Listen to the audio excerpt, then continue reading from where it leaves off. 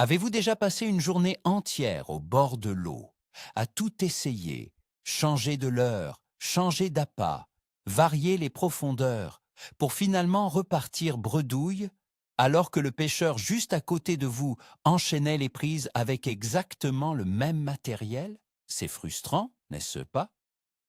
On a souvent tendance à blâmer la Lune, la pression atmosphérique, ou simplement le manque de chance. Mais je vais vous poser une question très simple, et la réponse risque de vous vexer un peu.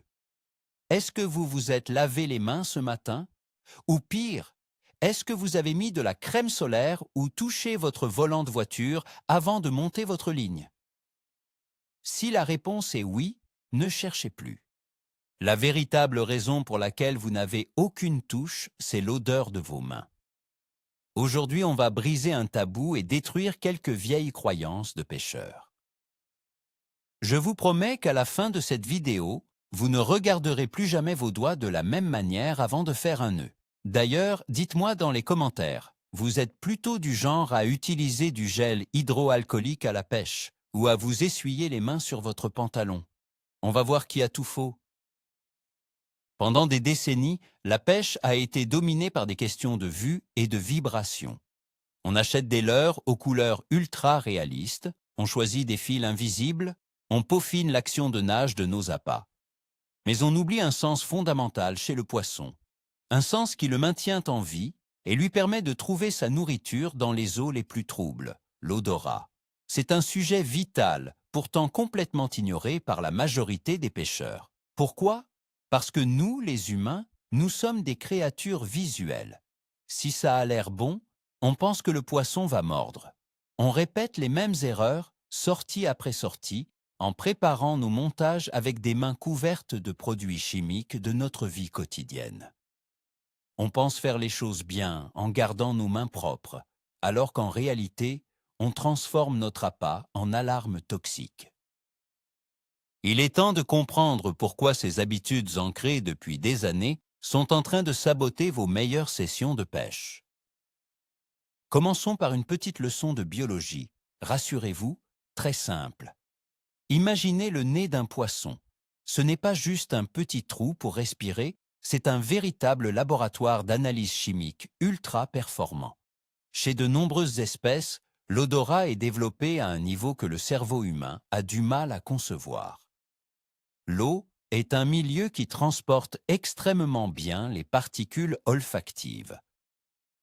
Quand un poisson sent quelque chose, il ne fait pas que renifler une vague odeur dans l'air, comme nous le ferions dans une boulangerie. Il goûte littéralement l'eau qui passe dans ses cavités nasales. Certaines espèces peuvent détecter une seule goutte de substance dans des millions de litres d'eau. Alors, quand vous touchez votre hameçon avec vos doigts, vous déposez un véritable cocktail moléculaire. Pour vous, c'est invisible. Mais pour le carnassier qui s'approche de votre leurre, c'est comme si vous aviez collé un énorme panneau clignotant rouge criant au danger. C'est le premier point essentiel à intégrer. Sous l'eau, l'odeur ne pardonne jamais. Prenons un exemple que nous connaissons tous. C'est le matin, vous vous levez aux aurores pour aller pêcher. Vous filez sous la douche pour vous réveiller. Vous utilisez votre savon préféré, peut-être un shampoing qui sent bon les fruits ou la fraîcheur de l'océan. Ensuite, un coup de déodorant et peut-être même un peu d'après-rasage. Vous vous sentez bien, prêt pour une belle journée au bord de l'eau. Mais c'est précisément là que le drame commence. Ces produits cosmétiques sont bourrés de parfums de synthèse, de conservateurs et d'agents chimiques qui n'existent pas dans la nature. Quand vous arrivez sur votre poste de pêche et que vous saisissez votre appât, vous le recouvrez de ces parfums. Un poisson n'a jamais croisé l'odeur du gel douche à la lavande dans son lac. Pour lui, cette odeur artificielle est totalement anormale, et dans le règne animal, tout ce qui est anormal est considéré comme un danger de mort. Votre touche matinale vient de s'envoler à cause de votre propre hygiène. Passons à une autre étape de votre matinée de pêcheur, le trajet en voiture. Vous prenez le volant pour vous rendre sur votre spot secret. Ce volant, Il a absorbé la sueur et les graisses de vos mains pendant des mois. Mais pire encore, imaginez que vous vous arrêtiez à la station-service pour faire le plein de carburant. Vous touchez le pistolet de la pompe à essence. Quelques micro-gouttelettes d'hydrocarbures, de l'essence ou du gazole se déposent sur vos doigts. Vous ne le sentez peut-être même pas. Vous remontez dans la voiture et une fois arrivé au bord de l'eau, vous montez votre ligne. L'essence est l'un des répulsifs les plus puissants pour la faune aquatique. Une infime trace de carburant sur un leurre souple ou sur un ver de terre suffit à faire fuir n'importe quel poisson à plusieurs mètres à la ronde. Les hydrocarbures créent un film chimique dans l'eau qui alerte instantanément l'essence du poisson. Si vous faites le plein avant de pêcher sans prendre de précautions, vous pouvez tout aussi bien plier vos cannes et rentrer chez vous immédiatement. Il y a une autre habitude très courante au bord de l'eau qui détruit vos chances de réussite, et c'est le tabac. Beaucoup de pêcheurs aiment allumer une cigarette en attendant la touche, assis tranquillement sur leur siège. C'est un moment de détente, mais la nicotine, le goudron et les milliers de produits chimiques contenus dans la fumée se fixent sur votre peau, en particulier sur votre index et votre pouce. Ce sont exactement ces mêmes doigts que vous utilisez pour piquer votre asticot, modeler votre pâte à la truite ou accrocher votre leurre. La nicotine est un alcaloïde extrêmement amer et toxique. Les poissons le détectent très facilement. Lorsqu'ils s'approchent d'un de votre appât et qu'ils goûtent cette amertume chimique dégagée par le résidu de tabac, ils recrachent instantanément. Vous voyez parfois une petite tirée sur le sion de votre canne, puis plus rien. Vous pensez que le poisson était petit ou méfiant? Non. Le poisson a simplement goûté votre cendrier et il a détesté ça de toutes ses forces. L'été, les journées sont longues et le soleil tape fort. Pour vous protéger, vous faites ce que tout le monde recommande. Vous vous tartinez généreusement de crème solaire. C'est excellent pour votre peau et pour prévenir les coups de soleil. Mais c'est une catastrophe absolue pour votre pêche. Les crèmes solaires sont conçues pour être résistantes à l'eau. Elles contiennent des filtres chimiques lourds, de l'oxyde de zinc et des parfums très persistants. Quand vous en mettez sur vos bras et vos mains, une pellicule grasse se forme. En manipulant vos montages ensuite, vous transférez cette graisse directement sur le fil, l'hameçon et l'appât. Une fois dans l'eau, cette graisse ne se dissout pas. Elle forme un halo toxique autour de votre piège. Le poisson qui remonte la piste olfactive de votre appât va percuter ce mur d'odeur chimique. Au lieu d'attaquer franchement, il va faire un détour prudent. L'ironie, c'est que vous vous protégez du soleil, mais vous protégez aussi les poissons de vos hameçons. Dans la même catégorie que la crème solaire, nous avons l'ennemi juré du pêcheur au petit matin ou à la tombée de la nuit, le moustique. Pour éviter de vous faire dévorer, vous vous aspergez de spray anti-moustique. Ces produits contiennent souvent une molécule appelée DEET, un répulsif ultra puissant. Si ça repousse les insectes dans l'air, imaginez l'effet que ça produit sous l'eau. Le spray anti-moustique est probablement la substance la plus destructrice que vous puissiez avoir sur les mains. Si une seule goutte de ce produit touche votre leurre souple, ce dernier devient littéralement radioactif pour les poissons. Les pêcheurs expérimentés savent qu'il ne faut jamais appliquer ce genre de produit avec les paumes de la main, mais plutôt utiliser le dos de la main ou demander à quelqu'un d'autre de le vaporiser. Si vous avez frotté votre produit anti-moustique et que vous touchez votre matériel ensuite, votre zone de pêche devient un véritable désert pendant plusieurs heures. Les poissons ne sont pas fous, ils fuient le poison. Mais passons maintenant à quelque chose de beaucoup plus naturel et de beaucoup plus surprenant.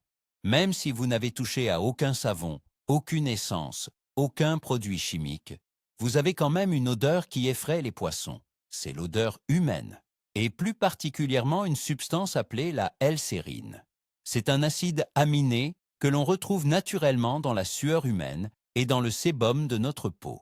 Des études scientifiques pointues ont prouvé que les poissons réagissent de manière très négative à la L-sérine. Pourquoi? Parce que depuis la nuit des temps, les prédateurs des poissons, comme les ours, les loutres ou les humains, dégagent cette substance. C'est un réflexe de survie inscrit dans leur gène. Quand un saumon ou une carpe détecte une forte concentration de L-sérine dans l'eau, il sait qu'un prédateur à sang chaud est dans les parages. Donc, même avec des mains lavées à l'eau claire, votre simple nature humaine agit comme un repoussoir si vous manipulez trop vos appâts avec les doigts à moite. Restons sur cette histoire de sueur et de chimie corporelle. Vous venez de marcher pendant 45 minutes avec votre sac à dos lourd, votre siège, vos cannes, pour atteindre ce poste de pêche isolé. Vous êtes essoufflé, vous avez transpiré. Votre corps a produit de l'acide lactique à cause de l'effort et votre niveau de stress physique a modifié l'odeur de votre transpiration. Si vous montez vos lignes dans cet état, sans prendre le temps de vous poser et de nettoyer vos mains, vous transmettez ce message de stress à votre matériel. Les animaux aquatiques sont très sensibles aux messages chimiques de stress. L'odeur d'un prédateur en plein effort est très différente de l'odeur neutre d'un morceau de bois. C'est pour cela que les pêcheurs les plus chevronnés prennent toujours un moment en arrivant sur leur poste. Ils respirent, ils font descendre leur rythme cardiaque et surtout, ils se lavent les mains dans l'eau de la rivière avant de toucher à quoi que ce soit. C'est un petit rituel qui fait une énorme différence sur les résultats. Parlons maintenant d'une légende urbaine, une technique de grand-père que beaucoup pratiquent encore aujourd'hui sans savoir pourquoi. Je parle du fameux crachat sur l'appât. Vous l'avez sûrement déjà vu ou fait. On pique un beau ver de terre et juste avant de lancer, on crache dessus en espérant que ça porte chance. C'est une habitude ancrée dans nos traditions. Mais scientifiquement parlant, c'est une très mauvaise idée. La salive humaine est pleine d'enzymes digestives, de bactéries et parfois des restes de votre dernier café ou de votre cigarette. Au lieu de rendre l'appât attractif, vous le recouvrez de votre empreinte génétique et chimique. Le poisson ne veut pas manger votre salive. Il cherche un ver de terre qui a l'odeur de la terre humide et de la pluie, pas un ver qui sent la digestion humaine. Casser ce vieux mythe est essentiel si vous voulez augmenter votre nombre de touches. Gardez votre salive pour vous et laissez la nature faire son travail d'attraction avec l'odeur naturelle de vos èches. Il y a aussi le moment du repas au bord de l'eau. La pêche, ça creuse l'appétit. Vous sortez votre casse-croûte vers midi. Un bon sandwich avec de la charcuterie, peut-être un peu d'ail, des oignons ou de la mayonnaise. Vous mangez avec les doigts, c'est bien normal. Mais tout de suite après, vous remarquez que votre flotteur a bougé. Ou vous décidez de changer de l'heure. Vous attrapez votre matériel avec les doigts pleins de graisse de saucisson ou d'odeur d'oignon. Bien que l'ail soit parfois utilisé comme attractant très spécifique pour certaines pêches, les acides et les graisses animales cuites ou transformées sont souvent perçus comme suspects par les poissons sauvages. La graisse du fromage ou la moutarde sur votre montage va masquer l'odeur naturelle que le poisson recherche. Une fois de plus, sans vous en rendre compte, vous venez de créer une barrière olfactive indésirable. Pensez toujours à ce que vous venez de toucher avant de remettre les mains dans votre boîte d'accessoires. Mais comment cette odeur se transmet-elle exactement à votre zone de pêche? Vous pourriez penser que seule l'èche, le ver ou la bouillette est concernée. C'est faux. Pensez à votre corps de ligne et particulièrement à la tresse. La tresse de pêche est fabriquée à partir de fibres tressées entre elles, ce qui la rend très solide mais aussi très poreuse. Quand vous faites vos nœuds de raccord, vous manipulez la tresse pendant de longues minutes. Vos doigts frottent dessus, la cernent, la tirent. La tresse absorbe l'humidité de vos mains, le sébum et toutes les odeurs dont nous avons parlé. Une fois que vous lancez, ces plusieurs mètres de fil tombent dans l'eau. La tresse va se gorger d'eau et diffuser lentement tout ce qu'elle a absorbé.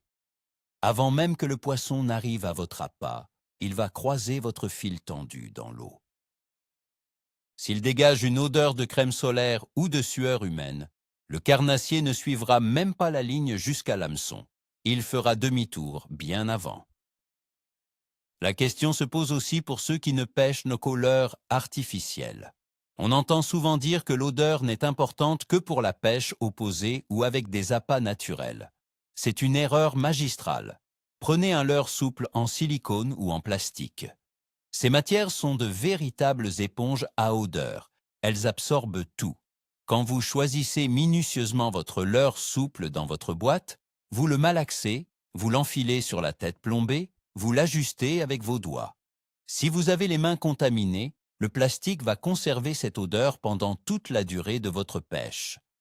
Le brochet ou le cendre, lorsqu'il attaque un leurre, le garde en gueule pendant une fraction de seconde avant de décider de l'avaler ou de le recracher. S'il sent une odeur chimique, il va recracher le leurre à la vitesse de l'éclair, bien avant que vous n'ayez le temps de ferrer. L'odeur sur un leurre artificiel fait la différence entre un poisson piqué et un ferrage dans le vide. Abordons maintenant un problème très moderne, apparu en force ces dernières années. Le gel hydroalcoolique.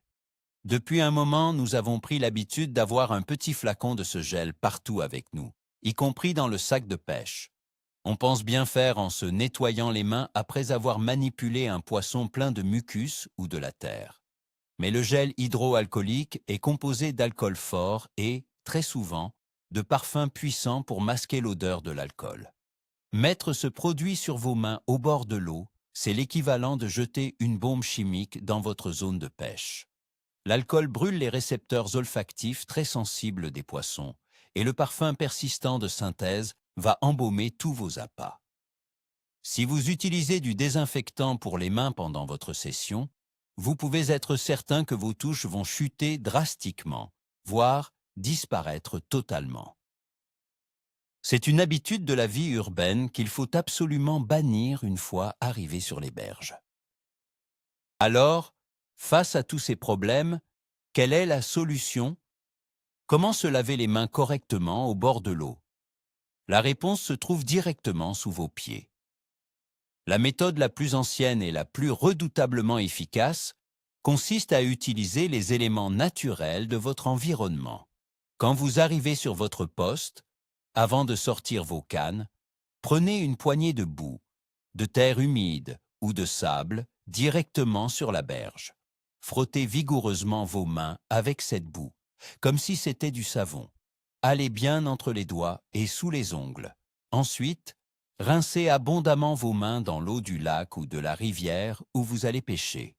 Pourquoi cette méthode est-elle si puissante?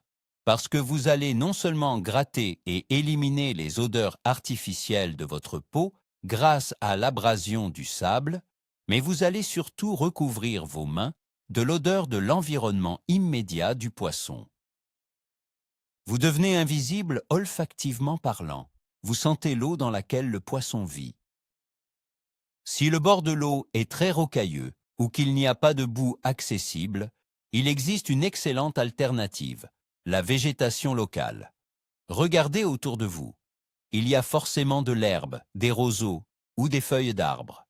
Prenez une poignée d'herbes bien vertes, ou quelques aiguilles de pin s'il y en a, et écrasez-les fermement entre vos paumes. Frottez vos mains avec ce jus végétal naturel. Les plantes libèrent de la chlorophylle et des huiles essentielles naturelles qui sont extrêmement efficaces pour masquer l'odeur humaine de la L-sérine et les restes de savon. Le poisson connaît parfaitement l'odeur des feuilles qui tombent dans l'eau ou des roseaux qui bordent son territoire. En utilisant la végétation locale, vous camouflez votre présence avec un parfum que le poisson associe à son habitat naturel et sécurisant. C'est un geste qui prend 10 secondes, mais qui peut multiplier votre nombre de touches de façon impressionnante tout au long de la journée. Vous vous demandez peut-être si les fameux attractants vendus dans le commerce sont la solution miracle. On trouve plein de sprays à l'ail, aux phéromones ou à l'huile de sardine dans les magasins de pêche. Ces produits sont effectivement conçus pour masquer les mauvaises odeurs et attirer le poisson. Mais attention, il y a un piège que beaucoup ignorent. Si vous mettez de l'attractant au parfum de crevettes sur un leurre que vous avez manipulé avec des mains qui sentent le tabac et l'essence, vous n'annulez pas la mauvaise odeur. Vous créez un mélange répugnant. C'est comme mettre du parfum de luxe sans avoir pris de douche après un marathon. Ça sent toujours mauvais, mais de façon différente. Pour qu'un attractant du commerce fonctionne à 100%, il doit être appliqué sur un matériel propre, manipulé avec des mains préalablement nettoyées à l'eau de la rivière. L'attractant est un bonus, ce n'est pas un nettoyeur magique qui efface vos erreurs d'hygiène. Il ne faut pas oublier non plus l'environnement dans lequel vous stockez votre matériel. Vos mains peuvent être parfaitement neutres, frottées dans la boue et l'herbe. Si votre boîte de pêche empeste, le résultat sera le même. Les vieilles boîtes en plastique bon marché dégagent parfois une forte odeur de produits chimiques pendant des mois, voire des années. Si vous laissez des leurres souples enfermés dans ce type de boîte au soleil, ils vont s'imprégner de cette odeur de plastique chaud. De même, si vous renversez une goutte d'huile d'entretien pour moulinet dans le fond de votre sac de pêche, tout ce que vous toucherez ensuite sera contaminé. L'odeur se transfère de la boîte à vos mains, puis de vos mains à l'hameçon. C'est un cercle vicieux. Prenez l'habitude de laver régulièrement vos boîtes de rangement avec de l'eau claire et de les laisser sécher à l'air libre. Un matériel sans odeur est la base d'une session de pêche maîtrisée de bout en bout. Pour vraiment comprendre l'impact de tout cela, imaginez une scène classique. Deux amis pêcheurs, Marc et Paul, décident d'aller pêcher le sandre. Ils sont dans la même barque, utilisent la même tresse, le même bas de ligne en fluorocarbone et exactement la même couleur de leur souple. Ils lancent vers la même cassure au fond de l'eau. Pourtant, après 2 heures, Paul a sorti 4 beaux poissons, tandis que Marc n'a pas enregistré la moindre tape. Marc devient fou. Il change de plombée, il change son animation, rien n'y fait. Il demande à Paul quel est son secret. L'explication ne se trouve pas dans l'animation du poignet. L'explication se trouve dans ce qui s'est passé avant d'embarquer. Le matin même, Marc a méticuleusement appliqué de la crème solaire sur ses bras et a fumé 2 cigarettes pendant le trajet. Paul, lui, a oublié sa crème, n'est pas fumeur, et a aidé à pousser la barque dans l'eau, se mettant de la vase plein les mains avant de toucher ses leurres. Ce scénario, c'est la réalité de milliers de pêcheurs chaque week-end. L'eau agit comme un révélateur impitoyable. Les leurres de Marc, imprégnées de produits solaires et de nicotine, descendent dans la couche d'eau entourée d'un nuage chimique invisible. Les cendres, qui sont des poissons très tatillons, ressentent l'alerte à 1 mètre de distance et s'écartent doucement pour laisser passer ce morceau de plastique menaçant. À l'inverse, le leurre de Paul, manipulé par des mains couvertes de l'eau et de la vase du lac, arrive discrètement sur le fond. Il sent l'environnement naturel. Le prédateur ne détecte aucune anomalie. Il attaque franchement pour se nourrir. L'anecdote de Marc et Paul prouve que le diable se cache dans les détails. Vous pouvez acheter le matériel le plus cher du monde. Si vous détruisez sa présentation olfactive, vous vous mettez au même niveau qu'un débutant qui lance au hasard. La pêche est un jeu d'illusions complet qui inclut absolument l'odorat. Il est donc temps d'adopter une nouvelle routine, un nouveau rituel à chaque fois que vous allez au bord de l'eau. Ce n'est pas compliqué, mais ça demande de la discipline. Première règle, ne vous lavez pas les mains juste avant de partir pêcher avec des savons parfumés. Deuxième règle, faites attention à ce que vous touchez dans la voiture et fuyez les stations-service. Troisième règle, une fois arrivé sur place, la toute première chose que vous devez faire avant d'ouvrir votre coffre ou votre boîte à outils, c'est d'aller au bord de l'eau. Frottez vos mains dans la terre locale, rincez-les longuement et séchez-les à l'air libre ou sur une serviette dédiée uniquement à la pêche, sans résidus de lessive. Ce geste fondamental va réinitialiser votre signature olfactive. En appliquant cette méthode stricte de décontamination, vous allez observer un changement radical. Les touches seront plus franches, les poissons recracheront moins vite vos leurres, et les périodes de disette inexplicables deviendront de l'histoire ancienne.